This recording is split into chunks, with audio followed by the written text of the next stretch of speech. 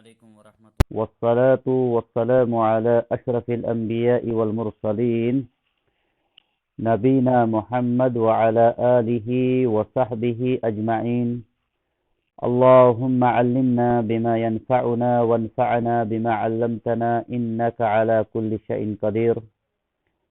اللهم صل على محمد وعلى آل محمد كما صليت على إبراهيم وعلى آل إبراهيم إنك حميد مجيد. اللهم بارك على محمد وعلى آل محمد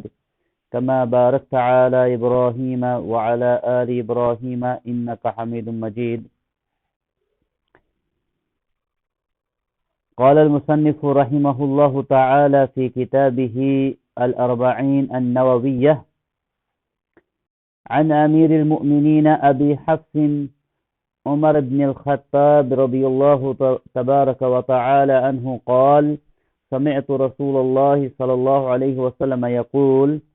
إنما الأعمال بالنيات وإنما لكل امرئ ما نوى، فمن كانت هجرته إلى الله ورسوله فهجرته إلى الله ورسوله، ومن كانت هجرته لدنيا يصيبها أو امرأة ينكحها فهجرته إلى ما هاجر إليه. رواه إمام المحدثين أبو عبد الله محمد بن إسماعيل بن إبراهيم بن المغيرة ابن بردزبة البخاري، وأبو الحسين مسلم بن حجاج ابن مسلم القشيري النيسابوري في صحيحيهما اللذين هما أصح الكتب المصنفة. اللہ تعالیٰ کے فضل و کرم سے ہم نے ایک بہترین کتاب کا آغاز کیا ہے، اربعین نوویہ. یہ ایک مختصر کتاب ہے احادیث رسول صلی اللہ علیہ وسلم پر. اس کی پہلی حدیث کو ہم نے گزشتہ درس میں لیا تھا، کچھ چیزیں باقی رہ گئی تھی. حدیث کو روایت کرنے والا جو صحابی ہے رسول اللہ صلی اللہ علیہ وسلم سے، وہ ہے عمر بن خطاب. وہ کہتے ہیں کہ رسول اللہ صلی اللہ علیہ وسلم کو میں نے فرماتے ہوئے سنا کہ انما الاعمال بالنیات، اعمال کا جو دار و مدار ہے وہ نیت پر ہے. وانما لكل امرئ ما نوى، اور ہر انسان کو وہی ملتا ہے جس کی اس نے نیت کی ہوگی. فمن كانت هجرته الى الله ورسوله،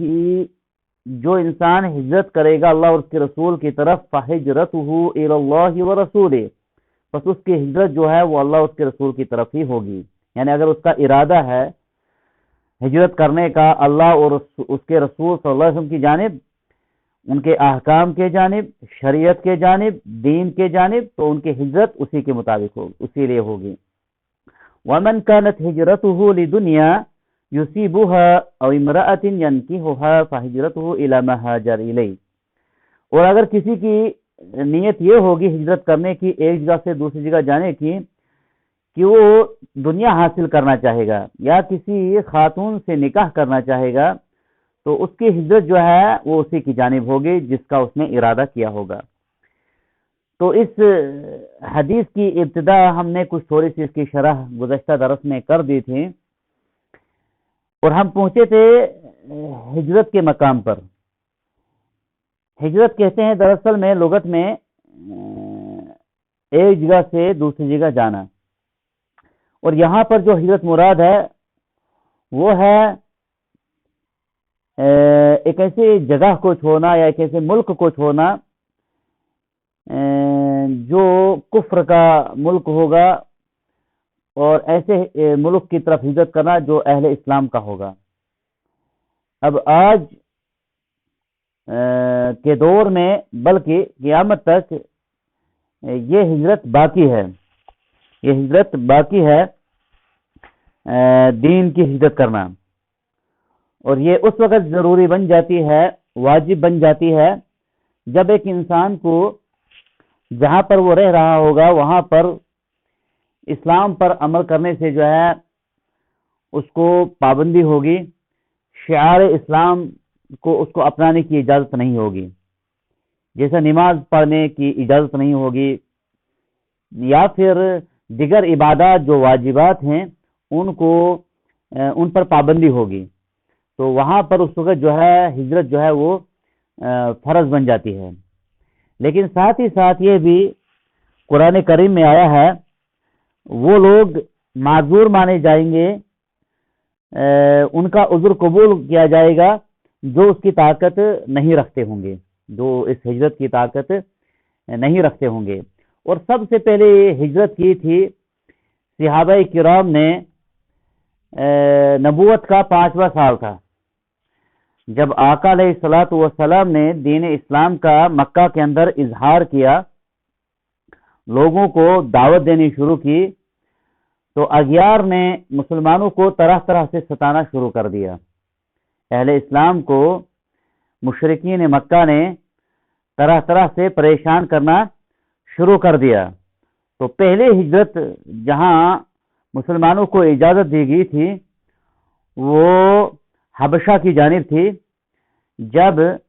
مسلمانوں کی پہلی جماعت نے اللہ کے دین کی خاطر ہجرت کی تھی۔ اور یہ ایک بڑا مقام ہوتا ہے کہ دین کے لیے ایک انسان جو ہے اپنی اس دنیا کی پرواہ نہ کرے، اور کیوں نہ ہو یہ صحابہ کرام تھے جن کو رب العالمین نے چنا تھا، اختیار کیا تھا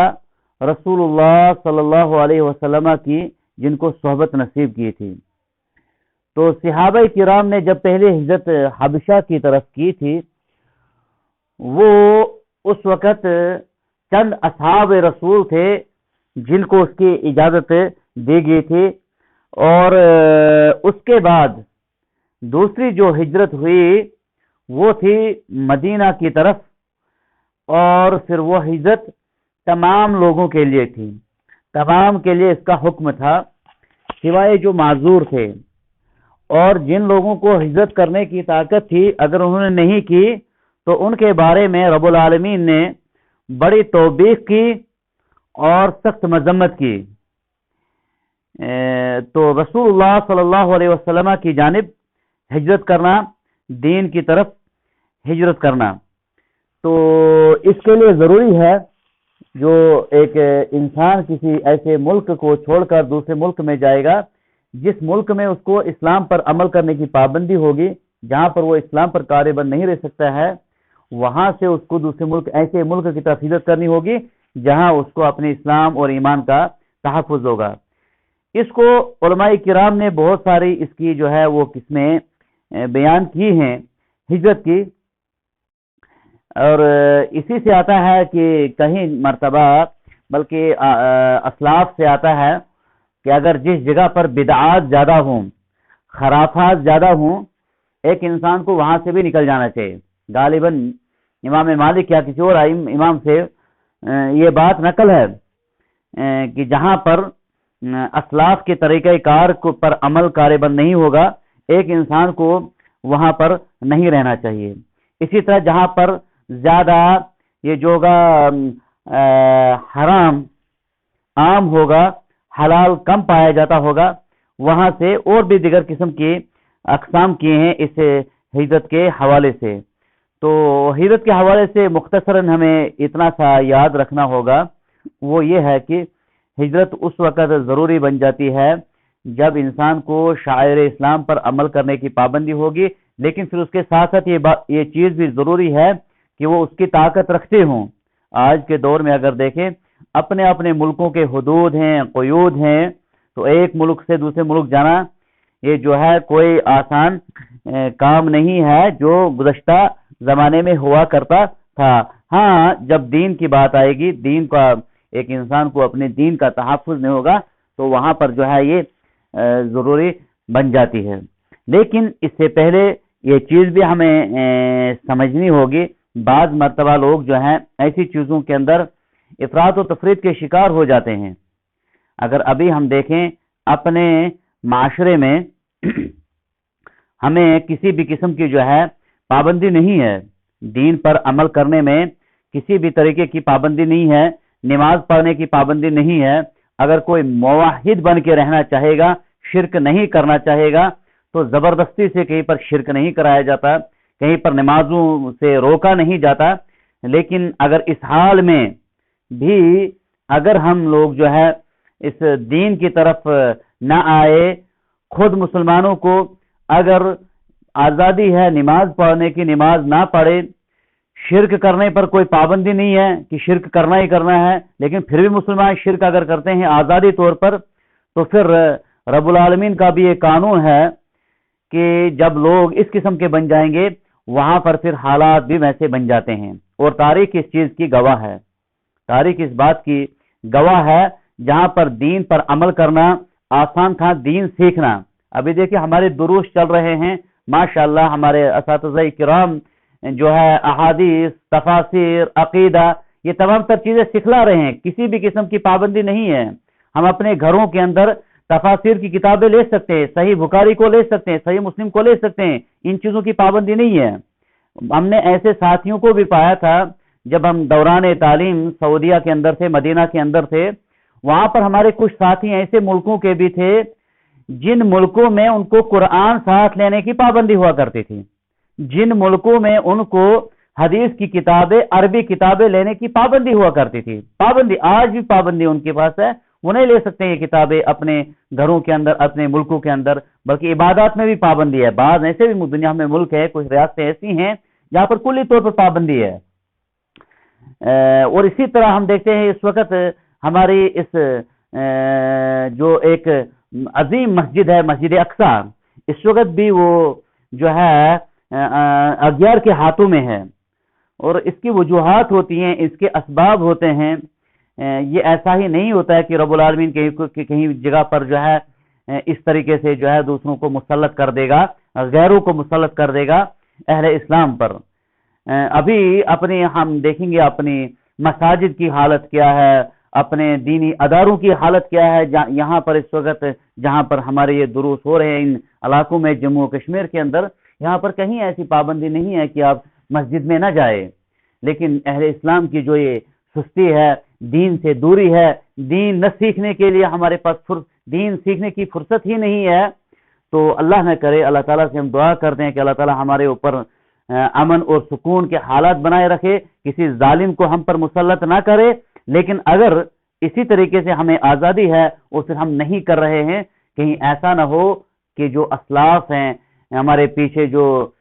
یا جو گزرے ہوئے لوگ ہیں ان کی زندگیوں سے ہمیں سبق لینا چاہیے۔ آج بھی ہمارے سامنے دنیا کے کہیں جگہ، دنیا کے کہیں ایسے ملک ہیں جہاں پر طرح طرح قسم کی جو ہیں وہ پریشانیاں ہیں، مشکلات ہیں، اور اس کی جو بڑی وجہ ہے وہ یہ ہے کہ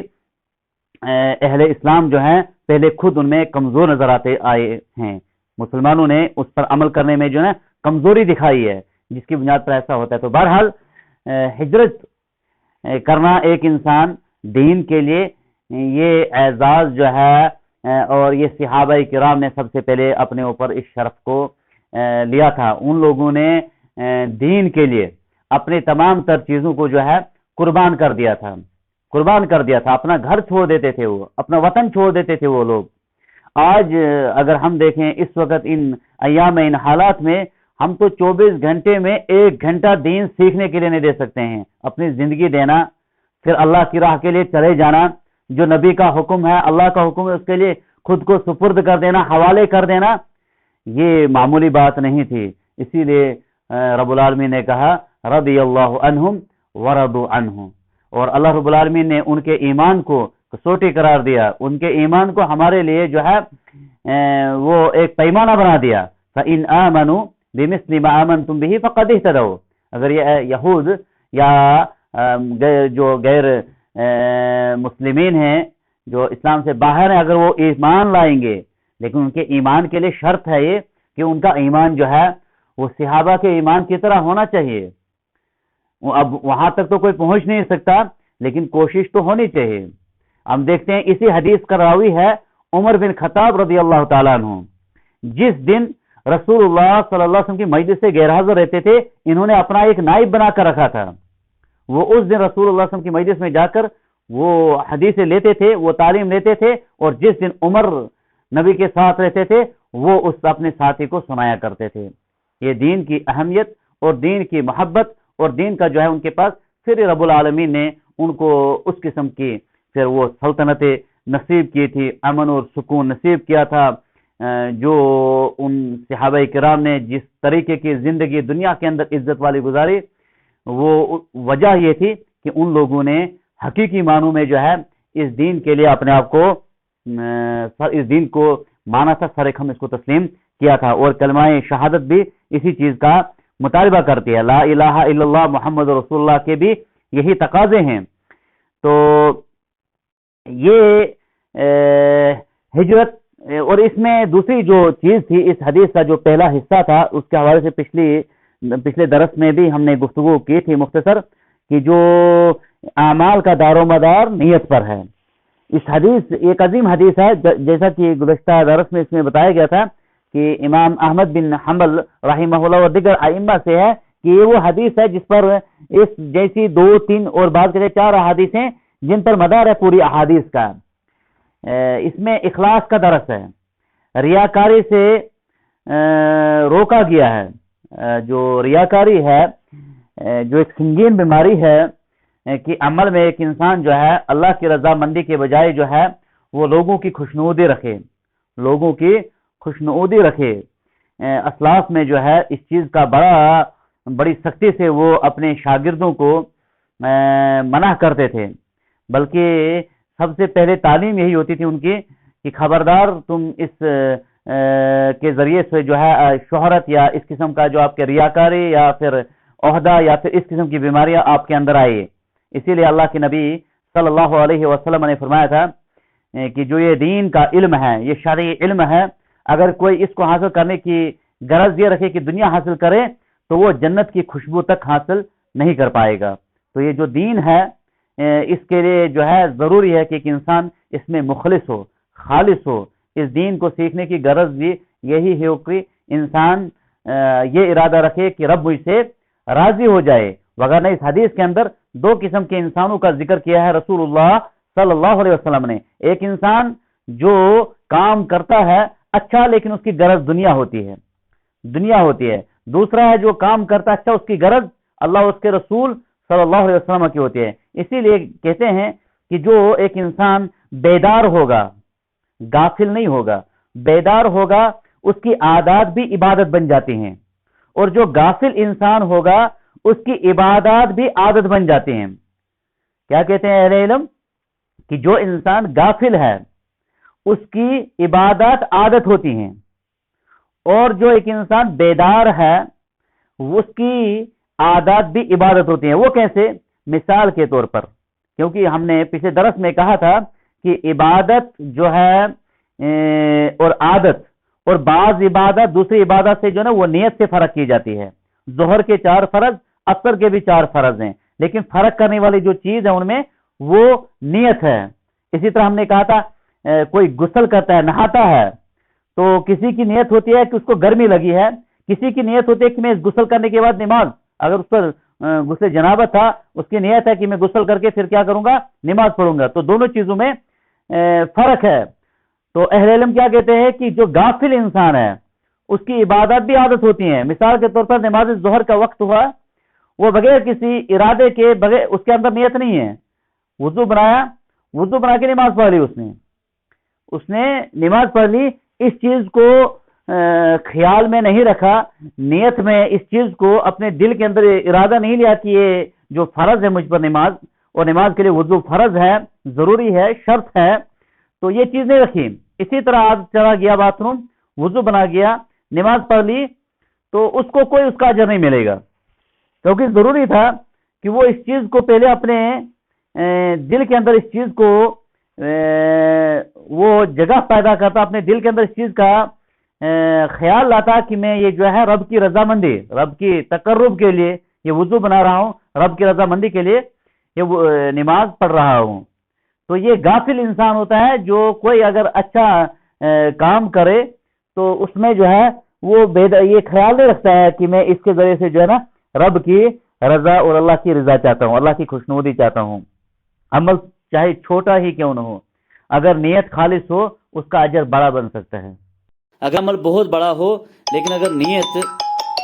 خالص نہ ہو، نیت اس میں نہ ہو، تو بڑا عمل بھی جو ہے وہ چھوٹا بن جاتا ہے۔ تو اسی طریقے سے جو بیدار انسان ہے وہ اس کی عادت بھی عبادت ہوتی ہے۔ وہ کیسے؟ اگر وہ کھانا کھاتا ہے تو کھانا کھانے کی نیت اس کی یہ ہے کہ رب کا، ایک تو رب کا حکم ہے کلو واشربو، حلال چیزیں رب العالمین نے حلال کی ہیں، رب کا حکم ہے اس لیے میں کھاتا ہوں۔ دوسرا ارادہ یہ رکھے گا کہ میں کھانا کھا کے میرا جسم مضبوط ہو، میں رب کی عبادت کر سکوں گا۔ تو اس کا یہ کھانا ہے ایک مباح کام تھا، یہ بھی عبادت بن سکتا ہے، کیونکہ یہ سارا کا سارا جو دار و مدار ہے وہ نیت پر ہے۔ اسی لیے اللہ کے نبی صلی اللہ علیہ وسلم نے فرمایا انما الاعمال بالنیات، اعمال کا جو دار و مدار ہے وہ نیت پر ہے۔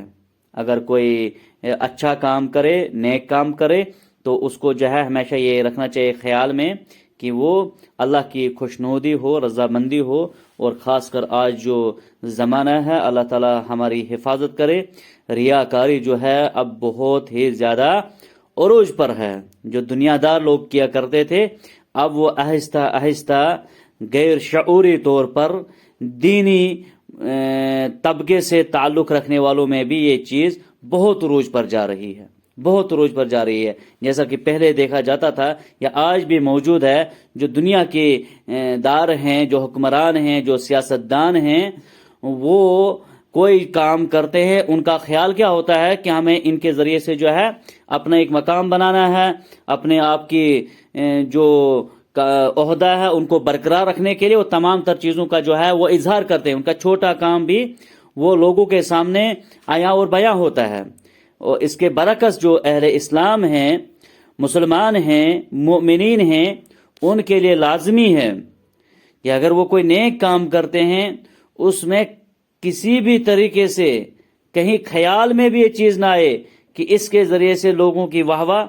یا لوگوں کی رضامندی یا پھر دنیا کا کوئی وہ جو ہے مقام لینے کے لیے ایسا کرے۔ اگر ایسا ہوگا وما امروا الا ليعبدوا الله مخلصین لہ الدین،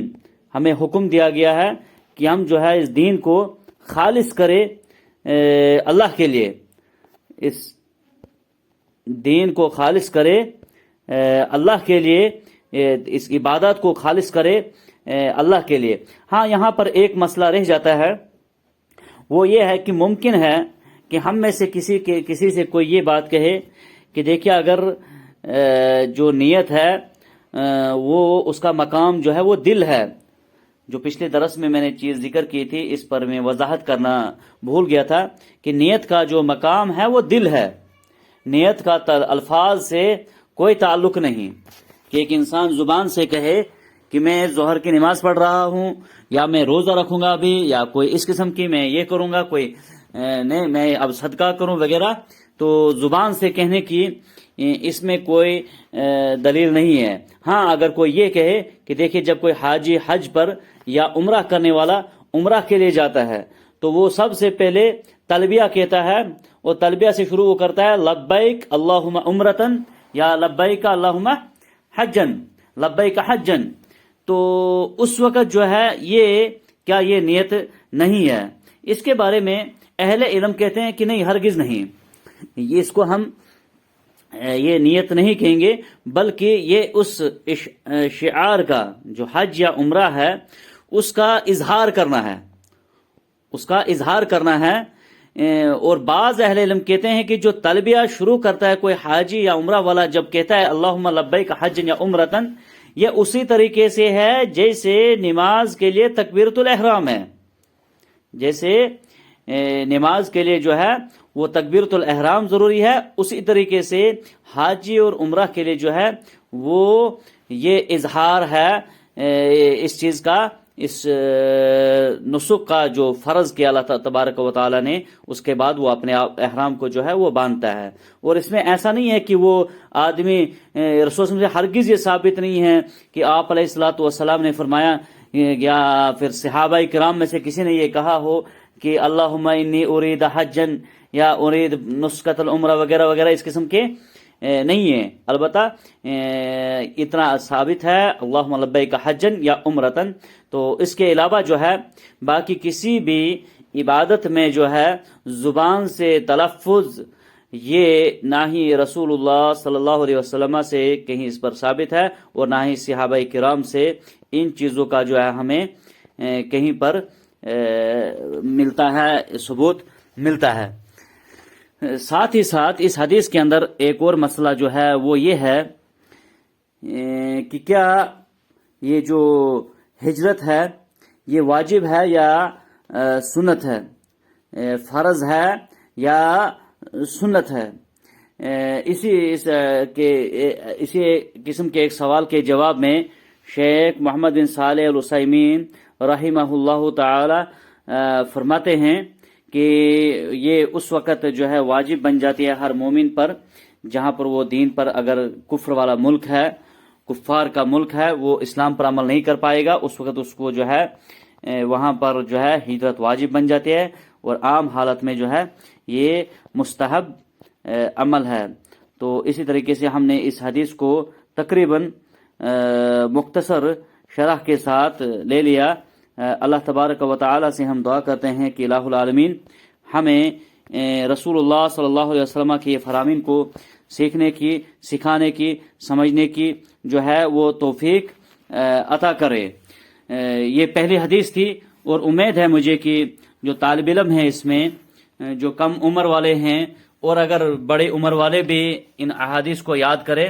تو مناسب رہے گا اور بہتر رہے گا۔ اس کے بعد والی جو دوسری حدیث ہے جس کو امام نووی رحمۃ اللہ علیہ نے اپنی اس کتاب کے اندر لایا ہے، یہ ایک عظیم حدیث ہے جس کو حدیث جبریل کے نام سے بھی جانا جاتا ہے۔ حدیث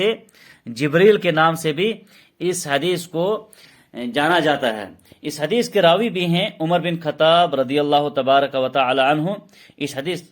السلام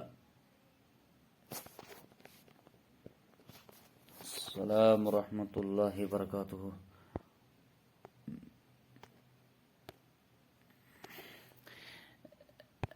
تو میں یہ کہہ رہا تھا کہ جو پہلی حدیث تھی انما الاعمال بالنیات، اس کے بعد جو ہے امام نووی رحمۃ اللہ علیہ نے دوسری حدیث لائی ہے اس کتاب کے اندر۔ اس حدیث کا نام حدیث جبریل ہے، ایک عظیم حدیث ہے یہ۔ اس کے راوی بھی عمر بن خطاب ہیں رضی اللہ تعالی عنہ۔ اس حدیث کے متن کو آج ہم لیں گے انشاءاللہ تبارک و تعالی۔ اس کی جو شرح ہوگی وہ اگلے درس میں ہوگی، آج صرف متن کو لے لیں گے، ہم الفاظ کو پڑھ لیں گے۔ امام نووی کہتے ہیں رحمۃ اللہ علیہ، وہ اس کتاب میں اس حدیث کو لاتے ہیں، ان عمر رضی اللہ تعالی عنہ قال بینما نحن جلوس عند رسول اللہ صلی اللہ علیہ وسلم ذات یوم اذ طلع علینا رجل شدید بیاد الثیاب شدید سواد الشعر لا يرى علیہ اثر السفر ولا يعرفه منا احد۔ حدیث کا ترجمہ مختصر ساتھ ساتھ لیں گے ہم۔ عمر بن خطاب کہتے ہیں کہ رسول اللہ کہتے ہیں رضی اللہ تعالیٰ عنہ، بینما نحن جلوس عند رسول اللہ صلی اللہ علیہ وسلم، کہتے ہیں کہ ہم بیٹھے تھے رسول اللہ صلی اللہ علیہ وسلم کی ایک مجلس میں۔ ایک دن ہم رسول اللہ صلی اللہ علیہ وسلم کی ایک مجلس میں بیٹھے تھے، اذ طلع علینا رجل شدید بیاض الثیاب، کہ اچانک کیا ہوتا ہے، ایک سفید کپڑے پہنا ایک شخص، اس کے کپڑے نہایت ہی سفید تھے، وہ اچانک نمودار ہوا۔ شدید سواد الشعر، اس کے جو بال تھے بہت ہی سیاہ تھے۔ لا یرا علیہ اثر السفر، اس پر سفر کے کسی بھی قسم کے آثار نہیں تھے، نہیں لگتا تھا کہ وہ مسافر ہے۔ عمر کہتے ہیں رضی اللہ تعالیٰ عنہ، کہتے ہیں ہم نبی کی مجلس میں بیٹھے تھے صلی اللہ علیہ وسلم کی مجلس میں، اچانک ایک آدمی نمودار ہوا، کپڑے نہایت ہی سفید، بال بہت ہی سیاہ، اور اس پر سفر کے کسی قسم کا اثر نہیں لگتا تھا کہ کہیں دور کا مسافر ہوگا، کیونکہ نہ ہی وہ گرد و غبار تھا، کپڑے صاف، بالوں کے اندر کوئی قسم کی گندہ بال نہیں، بالکل ایسا لگتا تھا کہ یہ کہیں سفر سے نہیں آیا ہے۔ ولا يعرفه منا احد، اور ہم میں سے کوئی اس کو جانتا بھی نہیں تھا۔ عمر رضی اللہ تعالیٰ عنہ کہتے ہیں کہ ہم میں سے اس کو کوئی جانتا بھی نہیں تھا، حتی جلس الی النبی صلی اللہ علیہ وسلم، یہاں تک کہ وہ نبی کریم صلی اللہ علیہ وسلم کے پاس بیٹھ گیا۔ فاسند رکبتیہ الی رکبتیہ، اس نے اپنی دونوں جو گھٹنے تھے آپ علیہ الصلوۃ والسلام کے گھٹنوں کے ساتھ لگا دیے، ووضع کفیہ علی فخذیہ، اور اپنے دونوں ہاتھوں کو آپ علیہ الصلوۃ والسلام کی ران مبارک پر رکھ دیا. قال پھر کہنے لگا یا محمد اے محمد صلی اللہ علیہ وسلم اخبرنی عن الاسلام اے محمد صلی اللہ علیہ وسلم مجھے اسلام کے بارے میں بتائیے اسلام کیا ہے. فقال رسول اللہ صلی اللہ علیہ وسلم تو اللہ کے رسول صلی اللہ علیہ وسلم نے فرمایا الاسلام اسلام یہ ہے ان تشہد ان لا الہ الا اللہ وان محمد رسول اللہ وان محمد رسول اللہ صلی اللہ علیہ وسلم. اللہ کے نبی نے فرمایا کہ اسلام یہ ہے کہ تو گواہی دے نہیں ہے کوئی معبود برحق سوائے اللہ کے اور محمد صلی اللہ علیہ وسلم جو ہے اللہ کے رسول ہیں. وَتُقِيمَ الصَّلَاةَ نماز کو قائم کرے وَتُؤْتِيَ الزَّكَاةَ اور زکوٰۃ کو ادا کرے وَتَصُومَ رمضان رمضان کے روزے رکھے وَتَحُجَّ الْبَيْتَ إِنِ اسْتَطَعْتَ إِلَيْهِ سَبِيلًا اور حج بیت اللہ کرے بیت اللہ کا حج کرے اگر اس کی طاقت ہے. یہ اسلام کی تعریف بتائی رسول اللہ صلی اللہ علیہ وسلم نے کس کو؟ اس سوال کرنے والے کو. اس نے کہا اسلام کیا ہے تو اللہ کے نبی صلی اللہ علیہ وسلم نے اسلام کے 5 ارکان بتائے 5 رکن. سب سے پہلی توحید ہے. توحید یہ ہے کہ ایک انسان اللہ کو ایک مانے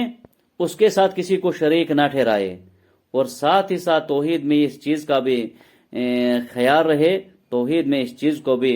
دھیان میں رکھے کہ اللہ کے نبی صلی اللہ علیہ وسلم کی رسالت میں بھی کسی کو شریک نہ کرنا.